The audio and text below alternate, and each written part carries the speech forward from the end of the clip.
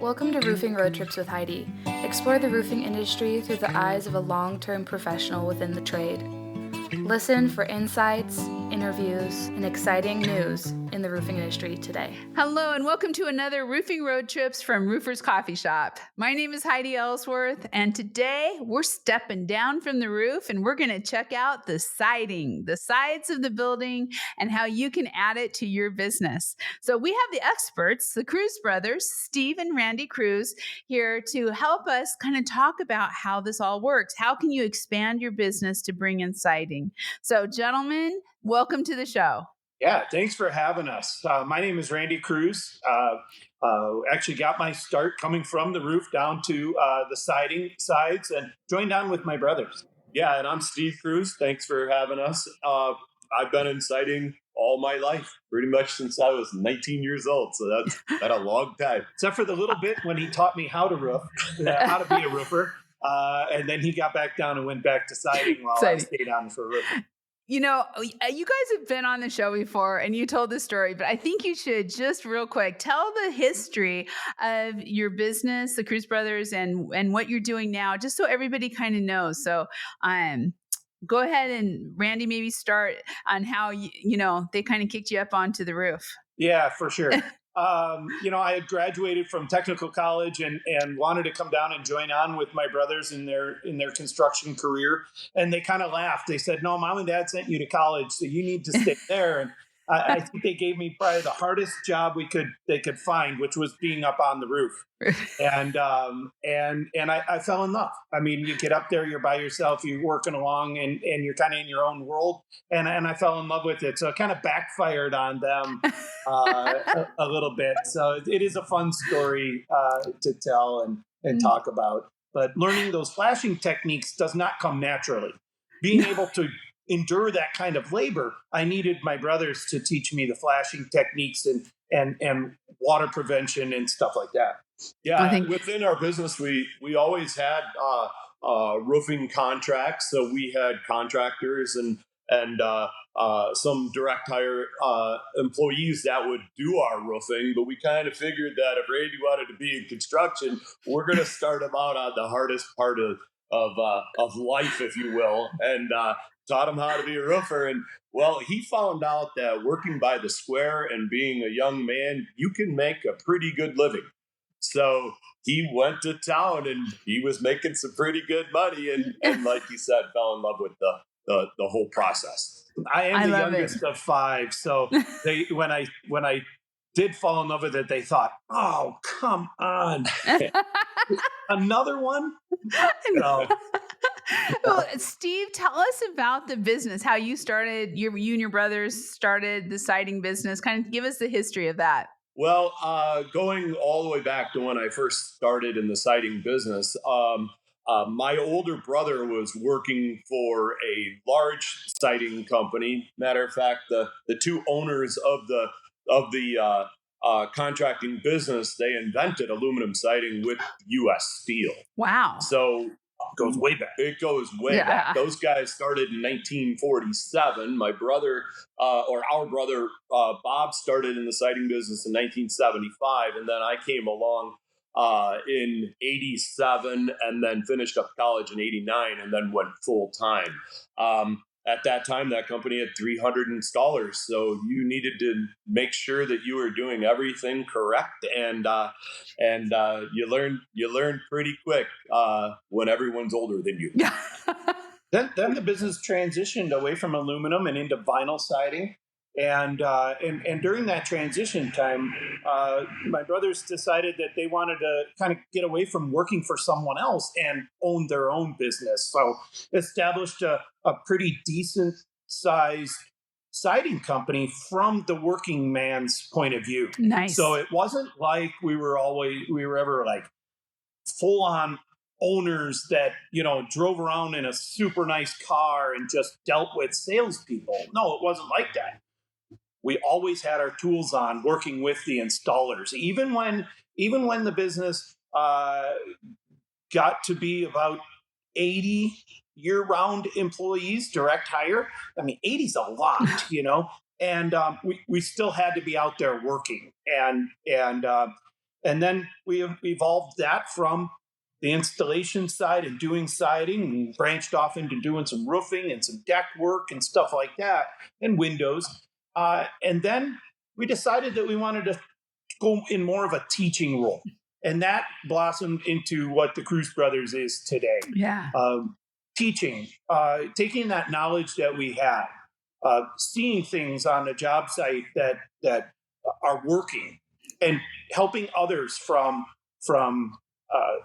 Oregon all the way to Pennsylvania. There are different install techniques, but it's all the same product. And people are so intelligent in the installation community and roofing and siding and windows that it works. And we want to be able to know that, let contractors know that we're there for them, and we can help. And you were in the LP siding booth at IRE last year. You're going to be there again this year. You are ambassadors for that. So you really are able to bring all of that knowledge and expertise from LP to contractors all over the country. Yeah, going all the way back to 2002, we were introduced to LP SmartSide, and we installed our first house. Fell in love with the material. Our installers loved working with an engineered wood, and we became pretty successful at the installation process. We were one of the first companies to have a project with a publicly traded national builder. Wow. And then we've gone on and done well over 1,000 houses, townhouses, assisted living buildings, and things like that. And that allowed us to also work with LP and make the installation videos, as well as other things such as being brand ambassadors. Yeah.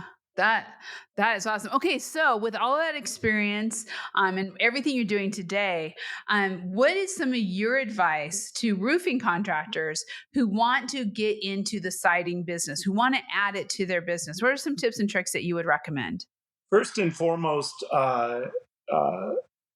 there's already a contract established when you're a roofing contractor. So it starts with sales products, what you take into the home, selling those products to that homeowner, very similar, writing up a contract that includes a warranty, your labor, your material, your profit, overhead, all of that, very familiar to both types of products. So there's not any real surprises there.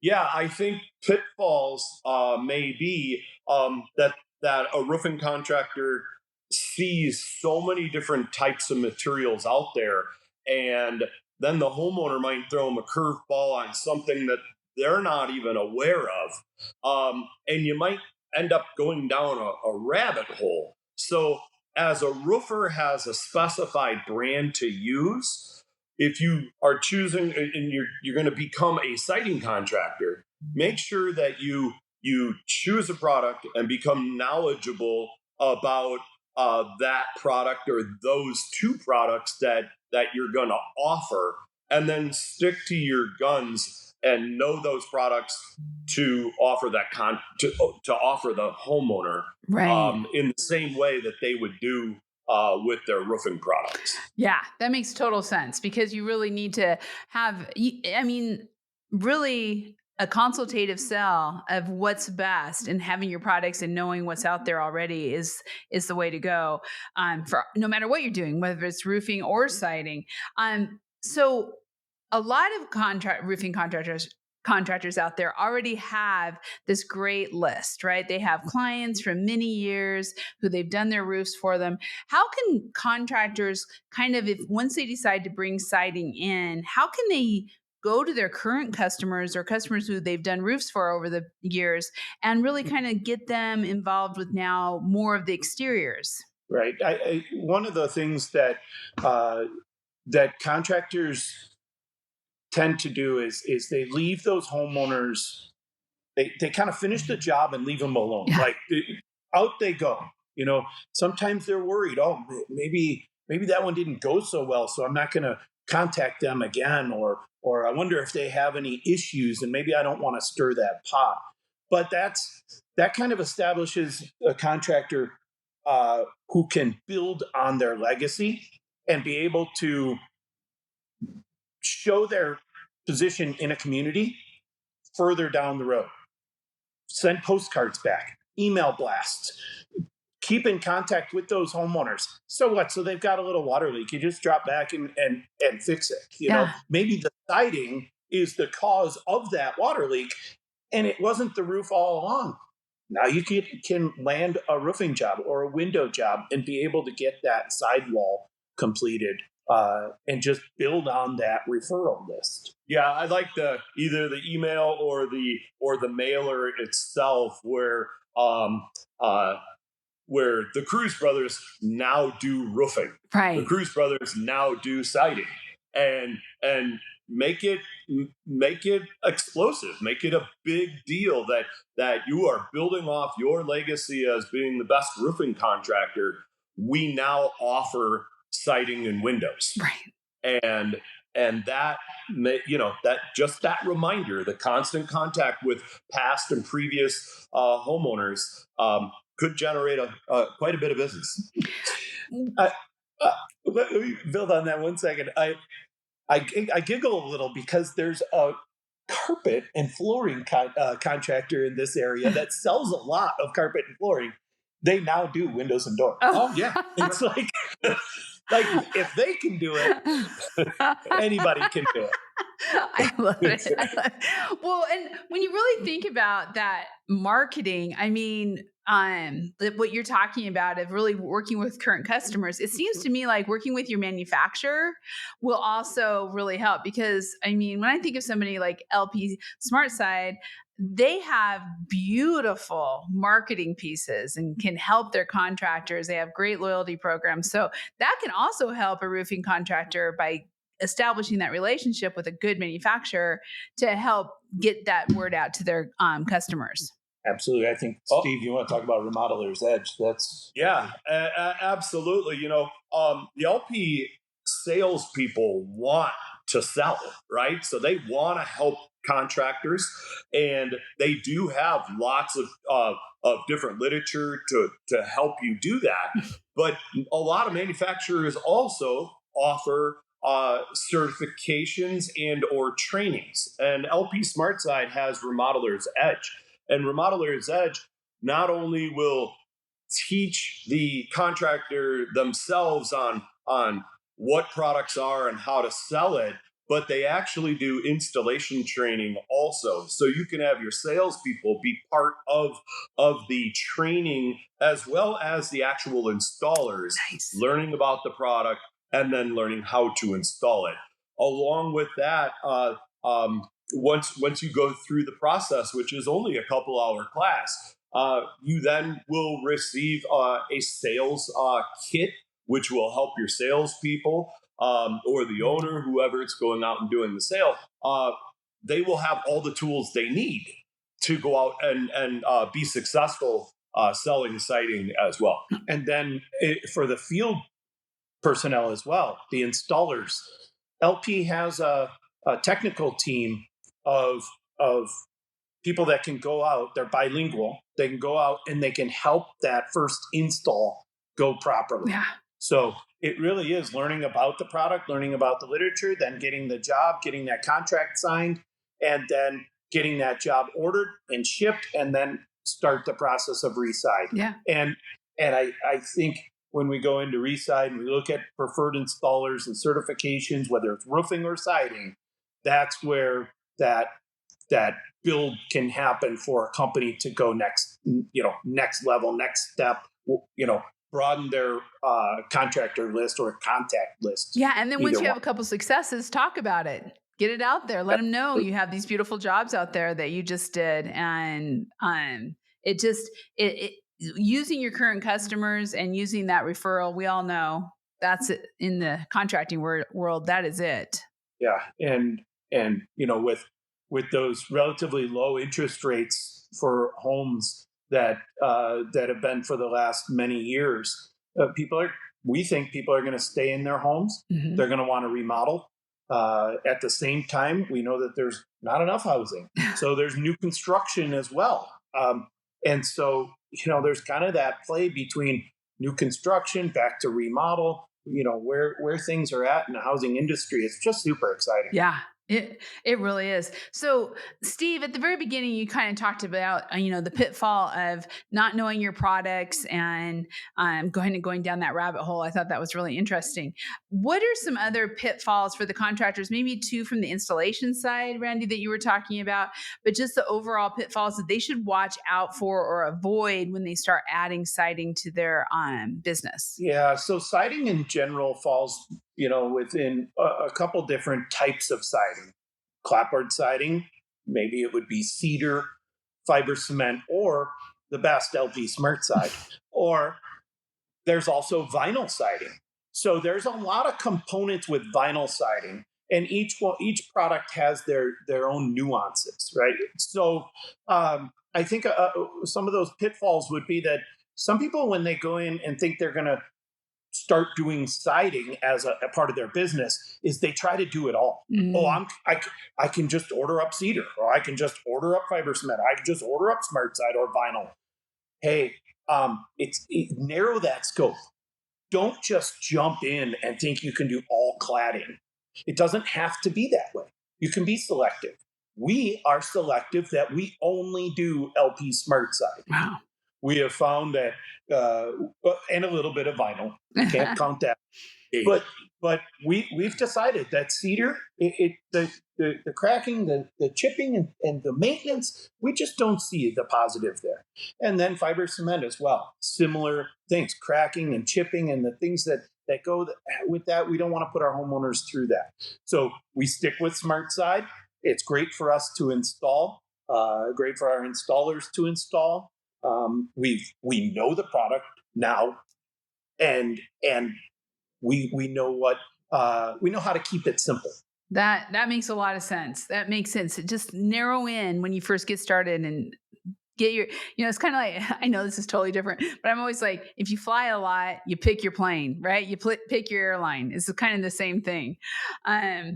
So what are what's some wisdom you would share about starting a siding division? I mean, because you have to kind of put some business planning, you need to do some business plans to bring that in as a division. What are some of your recommendations or wisdom?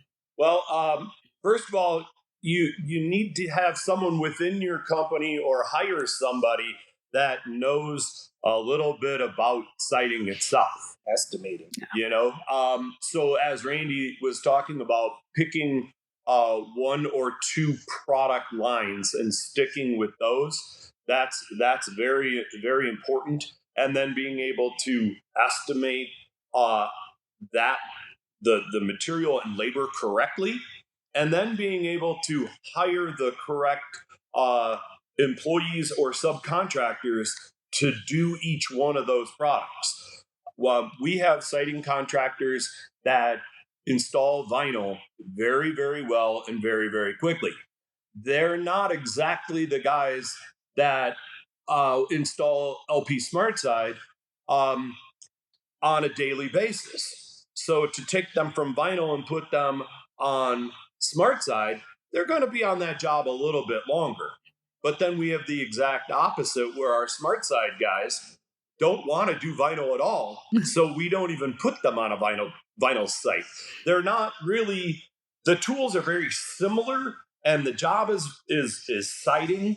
However, it is what we have found to be very effective is to have separate crews that occasionally can work together, but separate crews that do each one of these different sidings separately.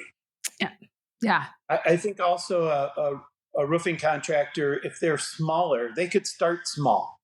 They can be selective with who they offer siding to when they're in selling the roof. If it's a small ranch style home and it looks like the fascia and soffit is in good shape, maybe they pop the gutters off and just do siding, and they don't tackle that soffit and fascia right away. Maybe that's a way that they kind of get into the groove of siding. Take it small. You know what you know, and that's roofing. Jump into siding with the cheek walls of a dormer, the two side walls of dormers. or the up and over, or that real hard hit sunny side of a cedar home. Reside that. Offer that to the homeowner. They'll come around the corner and go, "Hey, wow, we can reside this wall with Smart Side," and really make a difference. And learn that siding, learn the trim around the windows, learn the corner posts. It doesn't have to be a big challenge. I love it. Okay, so let's take this one step further. We've been talking about siding, but you also mentioned earlier windows, doors. There's a lot of exterior that goes on with that. What if contractors are looking at, they're like, okay, well, we've got siding, but we also want windows and doors. What's some of your advice on really going to that full exterior offering? Yeah. For me, it's going to be the exact same thing. Yeah. I think of how many window companies are out there, manufacturing products, pieces. You got to find ones that maybe have service, that a manufacturer that can send out a service person if a latch were to break or something like that. And then again, narrow that scope. Bring it down to, okay, well, we do XYZ brand, and that's really what we stand behind. Yeah, when it comes to windows, once again, your installers of windows, the most effective guys are contractors that install windows on a daily basis. So having a subcontractor that does windows, especially replacement windows, over a full replacement window or a frame replacement, having the trades that know how to do that. When it comes to, as Randy was mentioning, the brand of window and the type of window, make sure that you have a salesperson that you can work with, because there are a lot of details. A salesperson at the supply house. Yeah. Those supply house salespeople are really our crutch that keeps us moving along. I'd love to hear that. Right. With the different glass packages that are offered, grid patterns that are offered. Even when you're talking about a replacement window versus nail flange windows, there are so many details that go into windows and doors, of course, that you need to make sure that you're ordering all of these products correctly, because they're all special order. And there's no going back. If you order them wrong, you own them and have to reorder. So taking that type of that type of business slow and methodical is key to being successful in the window business. Roofing has really done this already for us. So if we go back to what is roofing, the manufacturers have given us their own brand of composite underlayment, their ice and water shield, their ridge venting. They've already done this for us, right? Keep it simple like that. Oh, and they've given us training and literature and everything to go in and successfully sell that job and install that job. Keep it simple like that. Yeah. Keep it straight. I think so. And I think this is going to be the same answer, but I still have to ask it because I think it's really interesting since you all had a siding company and then added roofing. Let's talk about that opposite direction, right? For all the siding companies out there right now that are listening to this and thinking, we're seeing a lot of money in roofing. We should get into roofing. How hard is that? And is it all the same thoughts or what, what do you think on that plane? Boy, now you're talking real old school for us. Yeah, I mean, you started your career out as a sider. We hired some guys to come in and help us with the roofing. It was a large contract. It was a tear off on multifamily existing, so it was a remodel, tear off, and then re-roof. We hired a group of guys that came in and helped us with those buildings, and we split up those buildings, and we kind of learned from them, their techniques. We read a lot. We love studying the different specifications for different roofing, and got that job completed. Yeah, I think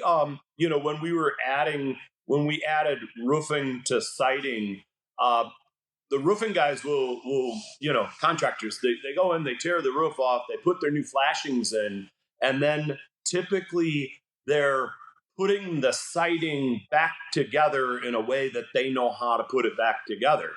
Well, if we're going to be siding next or behind them, so obviously the roofing is going to go first, we needed to make sure that we were working with the roofing contractor to make sure that he was doing the things that we needed him to do to keep the house watertight, but not overdo it, such as caulking corner posts and re-nailing the siding to a specification, because we're coming in and tearing it off. Right? So we needed to make sure that the roofing contractor and the siding contractor are on the same page. And it'll actually make the roofer's job easier because he'll be able to expose areas to flash them properly without having the thought in his mind, oh, crap, I got to put all this back together and make it look nice. Yeah. So they're able to maybe pull that aluminum or vinyl outside corner off and put a roof to wall and a step flashing together on an outside corner and do that and do a really nice job and do it properly without the time it takes to put it back together. So that once we got the contractors to work together like that, that really improved the amount of time on the job. And the roofers were happy because they didn't have to do that finish work. Yep. And the siding guys just were happy that the flashing was done properly. We get a lot of snow and ice here. Oh. So we take our ice and water shield and we run it up our side walls. And we really keep that snow load idea in the scope of the work. Well, that affects the siding. So we that's what Steve's saying is we, as a roofer, we were taking siding off and having to reinstall it. But if we are also doing the siding, we run that roofing up. As long as the top course of that ice and water shield, when it rolls up the wall a little bit, is waterproof, then when the cider gets there, then the cider is able to finish it up. Yeah. So having that really looking at that full exterior can really help time savings and also quality. But I am also hearing from what you're saying is the importance of the relationships with other trades. So if you are a roofer and you are not going into siding, it is still really important to have a great relationship with your siding contractors, and or if you're doing it all, to really have the crews work together well to understand that. So again, another important kind of tip of relationships. And it always seems to come back down to that. It absolutely does. And as we talk about doing a full roof and a full siding job, that basically takes that house all the way back to the trim stage of when it was first built. And one of the things that we do in remodel when we sit with our homeowners is we explain to them the amount of work, and that we're going all the way back to basically a whole new project on your roof, a whole new project on the siding. Like, it's major construction. Right. Just because you don't see us out there with bulldozers and backhoes and we're not digging up there, what we're doing is a complete restoration of their exterior. And you brought up windows and doors earlier. Well, you start throwing in windows, you need to orchestrate that with the siding people right. now. So the siders are orchestrating that with the window people. And it does need proper scheduling. So as Steve said, we'll do the roof first, then the cider will follow in behind. Well, that comes down to good scheduling. So as we talk about transitioning from one to the other, keep a good schedule. Yeah. Keep things straight. Know where your special orders are. And where it's coming from in your supply houses, and that salesperson you talked about, Steve, being able to get you your products when you need them. Great advice. Great advice. Okay. I want to kind of wrap up this with just talking about continuing on this relationship thing, and we've already talked about it quite a bit in here, but I would just love for you to share the importance of that relationship between the manufacturer, LP, and the contractor, and how much that means success in the end. Let's wrap up on that. Yeah, I think you can talk about the relationship, what LP salespeople have done for us. Yeah, yes. So from the very get-go, we can go literally 20 years ago, when we were first introduced to LP SmartSide, and we wanted to know everything there was to about it, and our salesperson was able to bring us a piece, do a presentation, and show us how it was made, where it was manufactured, and really make us comfortable with what we were looking at, as well as having a technical team that could produce and show us installation processes and things like that. Fast forward, to where we are today. The sales kits that LP provides, the training through Remodeler's Edge, the bilingual technical team that will actually come out to your job and not just stand around in some khaki pants and hand out some golf shirts. These are guys that came from men and women that came from the field. They actually know what the products, what LP SmartSide is, and certainly the different textures. There's shake, there's board and batten, there's lap siding. So there are differences in the way those are installed, and they have the product knowledge and all of that. The do's and don'ts of where to install it and where not to install it, and the general nuances of LP SmartSide. The amount of literature and samples that are available as well are all things to make you successful. Yeah. They want you to be successful. They partner with you through Remodeler's Edge, and there's lead generation as well through your salesperson and through Remodeler's Edge. Yeah. Very good.